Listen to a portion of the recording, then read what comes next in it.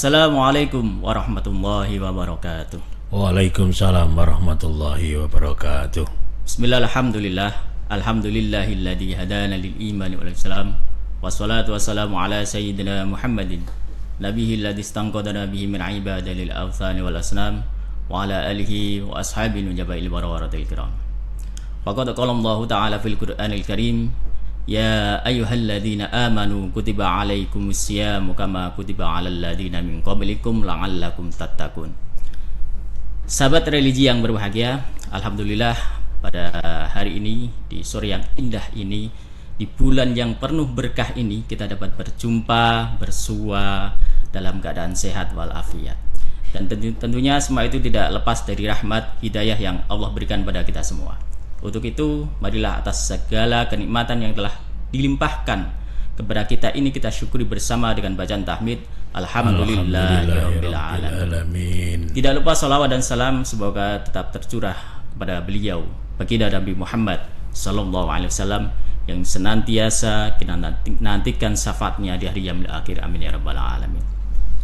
Sahabat religi yang berbahagia, pada hari ini kita akan membahas sebuah judul, sebuah tema yang sangat menarik sekali dalam acara Lensa Ramadan tahun 2026 yang insyaallah nanti akan disampaikan oleh beliau, narasumber yang luar biasa dan tentunya juga mungkin biasa di luar ya.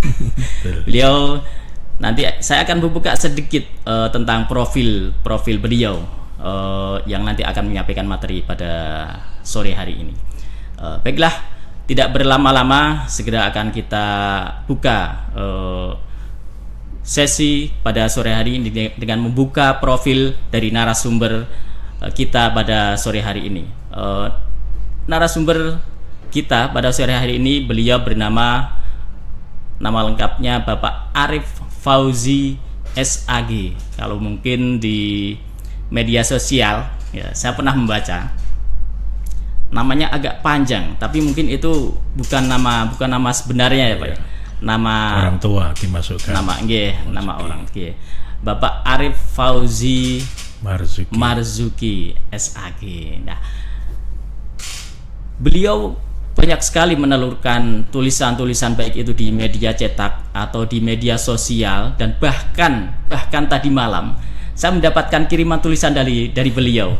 Kemarinnya lagi saya juga mendapatkan tulisan dari beliau, dikirim langsung ke saya, dan saya membaca tulisannya itu memang menarik sekali untuk ditelaah, dibaca. Seperti ada kata-kata yang khas, kayak kemarin saya baca, nanti akan kita tanyakan ke beliau.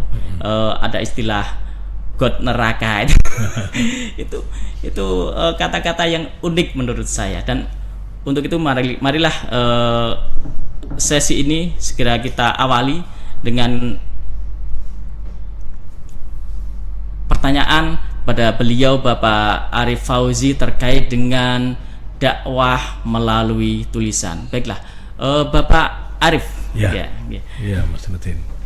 Saya bisa memanggil Pak Arif ya? Iya, monggo. Bapak Arif, terkait dengan materi yang akan kita bahas pada saat ini, menurut Bapak, apa yang dimaksud dengan dakwah melalui tulisan menurut Bapak Arif? Iya. Pertama, saya mengucapkan selamat berpuasa dan menjelang buka puasa untuk sahabat religi media inspirasi Kemenak Bantul. Alhamdulillah pada sore hari ini kita bisa berbincang bersama Pak Nuruddin untuk membicarakan tentang dakwah lewat tulisan. Menulis itu sesuatu yang indah ya, sesuatu yang harus kita senangi, karena apalagi tulisan itu saat ini sangat dibutuhkan oleh banyak masyarakat kaitannya dengan media. Memang media cetak sekarang banyak yang berguguran ya, koran, tapi ada media online yang bisa menyebar kemana saja. Barangkali dulu ketika saya menulis di media cetak atau di koran-koran harian, itu sebatas yang baca adalah yang berlangganan, yang baca yang kebetulan di kantor ada koran dan mau baca.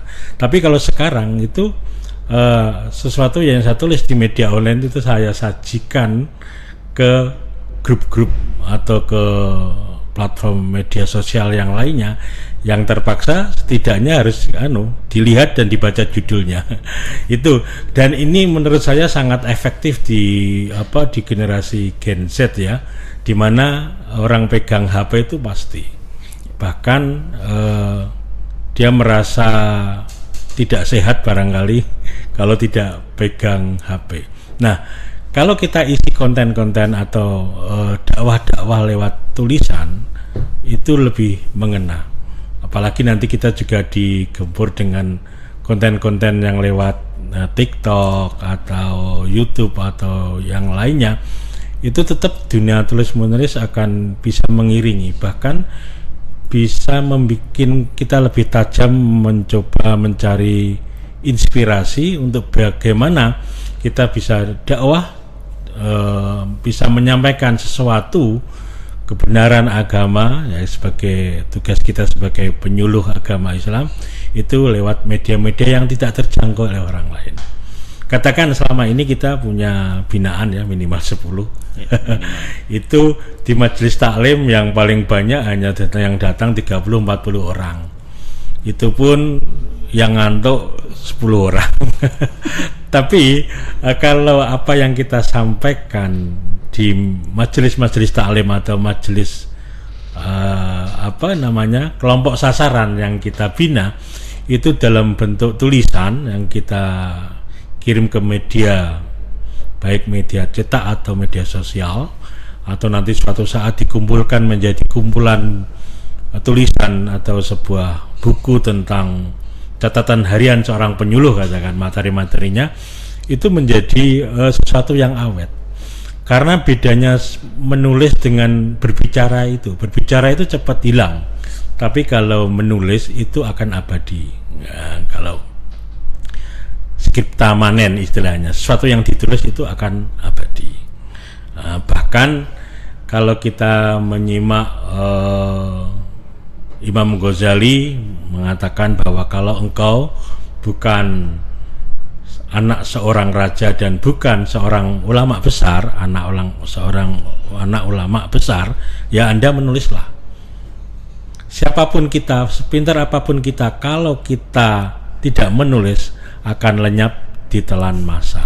Nah, itu Mas Rudin, kenapa pentingnya kita mempunyai media, mempunyai keterampilan untuk menulis. Jangan takut kadang-kadang menjadi momok, saya nggak bisa menulis, pasti bisa.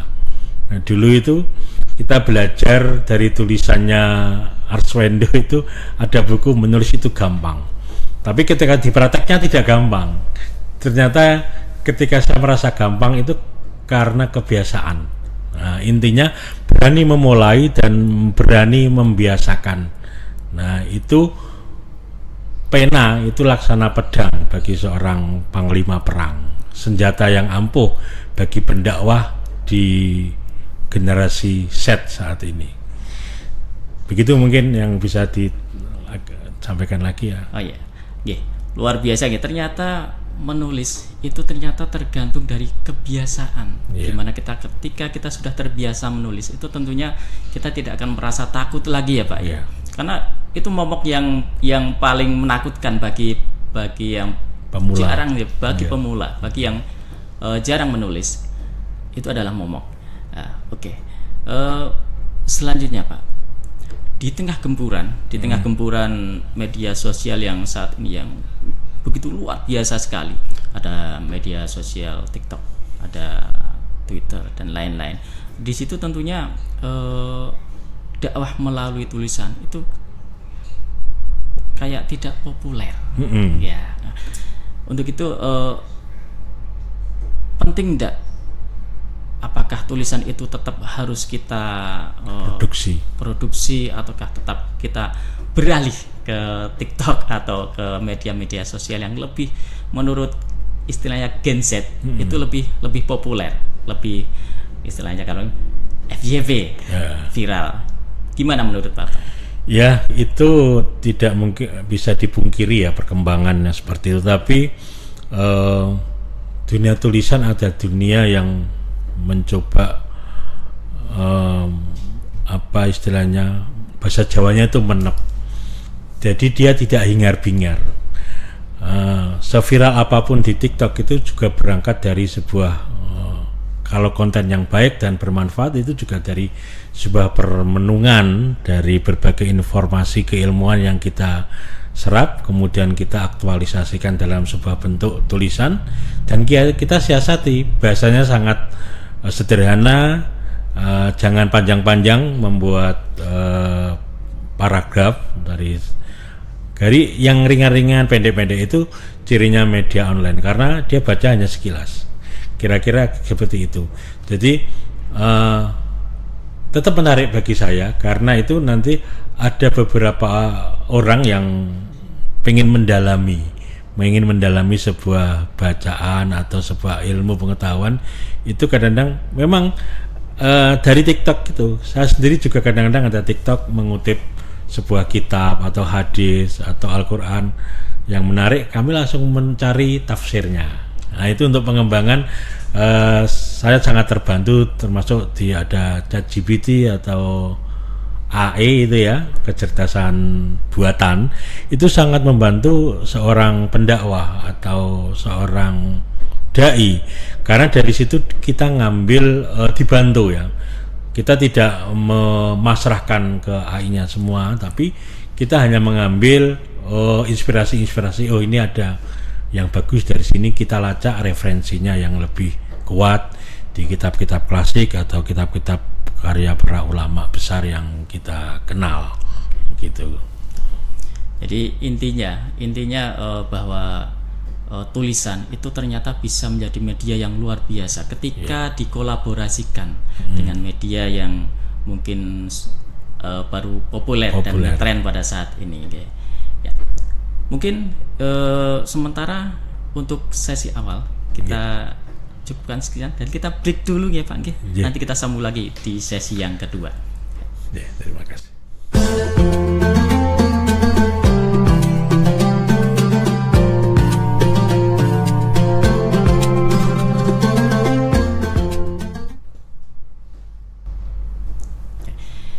Baik, kita lanjutkan diskusi yang sangat menarik ini Bapak, terkait dengan tadi kita sudah mendiskusikan terkait dengan kolaborasi antara media tulisan yang ketika dikolaborasikan dengan media yang ada pada saat ini TikTok dan lain-lain, itu akan menjadi senjata yang luar biasa untuk berdakwah. Berkaitan dengan saat ini, bahwa saat ini adalah di bulan Ramadan, Bapak. Ya. Menurut Bapak,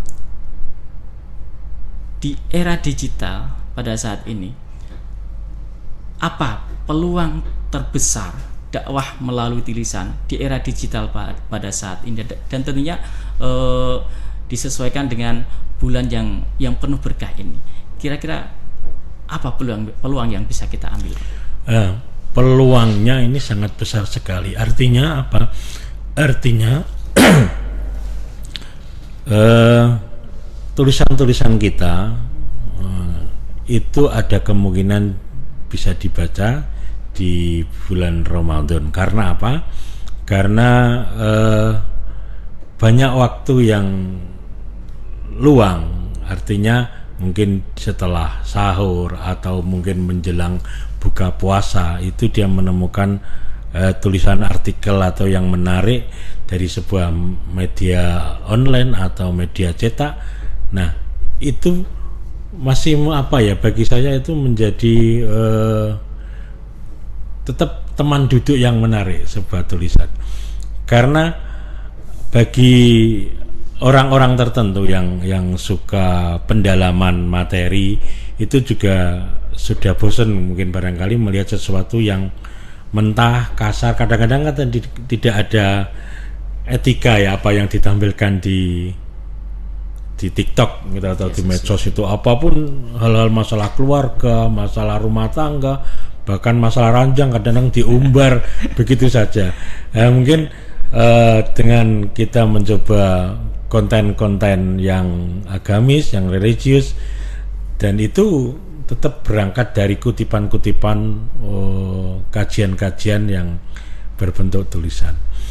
Kita tidak pungkiri seperti Gus Baha itu ya, fenomena Gus Baha itu kan FYP semua, apa yang dikutip itu juga bisa diambil dari, ada yang model ditulis, ada yang bentuk suara, tapi semuanya menjadi hal yang sangat menarik.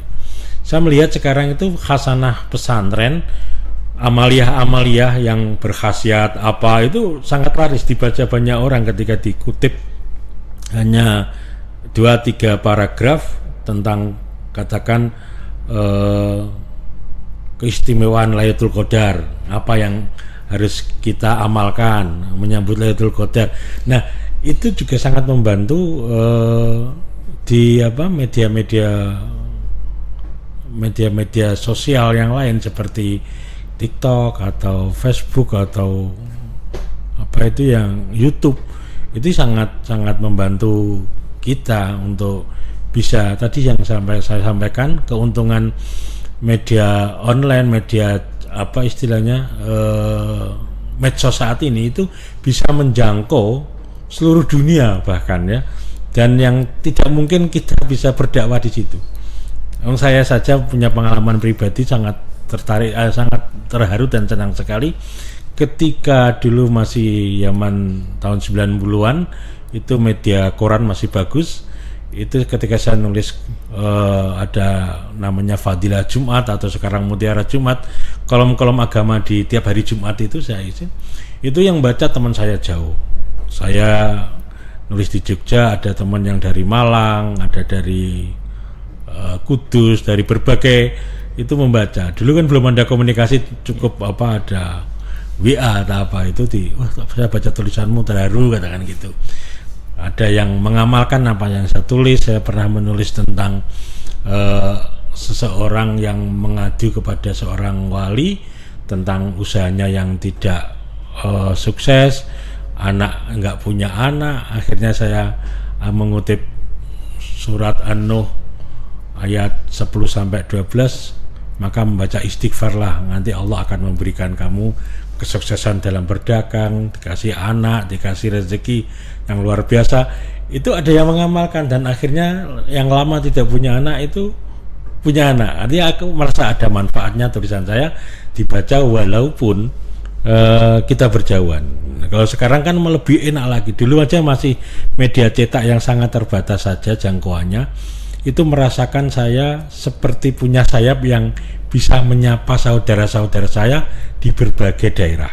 Nah, itu apalagi sekarang itu kan ya, berjubel banyak sekali konten-konten yang hiruk pikuk. Tinggal kita kadang-kadang milih yang mana. Kalau kita suka yang kajian-kajian keagamaan, nanti juga algoritmanya masuk yang itu juga. Tapi kalau suka hiburan-hiburan, yang keluar juga yang hiburan-hiburan. Nah, itu Mas Nurdin yang saya alami. Jadi tulisan itu bagi saya seperti saya bisa terbang menyapa saudara-saudara saya di mana saja. Itu ketika saya rasakan masih di media cetak, apalagi sekarang media online. Tulisan saya yang di media online saya kirim langsung ke teman saya yang ada di luar negeri atau di seluruh Indonesia, itu dia akan bisa baca. Nah, ini tentu istilah jangkauan dakwah kita bisa mendunia, lebih luas, dan insya Allah kita ikhlas dan kita berjihad di situ, yaitu menjadi nilai ibadah dan bisa juga jadi nilai jariah kita. Gitu kira-kira. Pak Arif ya, dengan hiruk pikuknya ya media sosial kita pada saat ini tentunya banyak sekali fenomena yang terjadi Bapak terkait khususnya fenomena dakwah melalui tulisan. Di situ banyak sekali orang-orang yang cuman istilahnya asal-asalan dalam membuat konten, dalam membuat tulisan dengan dalih yang penting viral. Nah, bahkan banyak sekali yang menempuh cara-cara yang mohon maaf tidak pantas Ya. menurut kita ya. Menurut Bapak apa tanggapan Bapak? Nah, terkait dengan ini harus dilawan karena sangat meresahkan juga. Kemarin kami juga ikut pelatihan metode dakwah kontemporer ya yang diadakan YPPIM dan Basnas. Itu juga menjadi pertanyaan. Kenapa? Yang artinya siapa saja sekarang bisa ngomong agama dari ngutip ChatGPT atau Google atau media-media yang lain tanpa dia punya otoritas. Nah itu harus kita lawan. Lawannya apa? Ya kita harus yang ngerti agama, yang punya referensi agama, apalagi kita punya predikat sebagai secara moral ya, sebagai penyuluh agama Islam, itu harus lebih banyak mewarnai. Khawatirnya nanti yang kita khawatirkan sekarang kan ada model AI itu ya, kecerdasan buatan itu kan berasal dari informasi-informasi yang tersebar di media sosial. Akhirnya dia menyimpulkan. Jadi kalau yang muncul adalah kengawuran-kengawuran dalam beragama, nanti yang muncul di AI ya yang ngawur-ngawur itu. Makanya kita secara moral punya kewajiban untuk selalu tampil, selalu memenuhi konten-konten yang inspiratif, yang baik, yang berguna untuk masyarakat, bukan dalam rangka untuk memecah belah umat. Jadi tadi etika dakwah juga yang disampaikan dalam tulisan atau dalam ucapan itu bukan yang khilafiah, tapi yang secara umum yang menyejukkan, dan ya sifatnya dakwah itu kan merangkul bukan memukul istilahnya. Secara persuasif kita mengetahui, kita empati apa yang dibutuhkan masyarakat, apa yang ingin diketahui masyarakat, kita kasih jawaban yang baik dan menyenangkan. Kira-kira seperti itu. Mungkin ini sesi yang terakhir ya Bapak ya.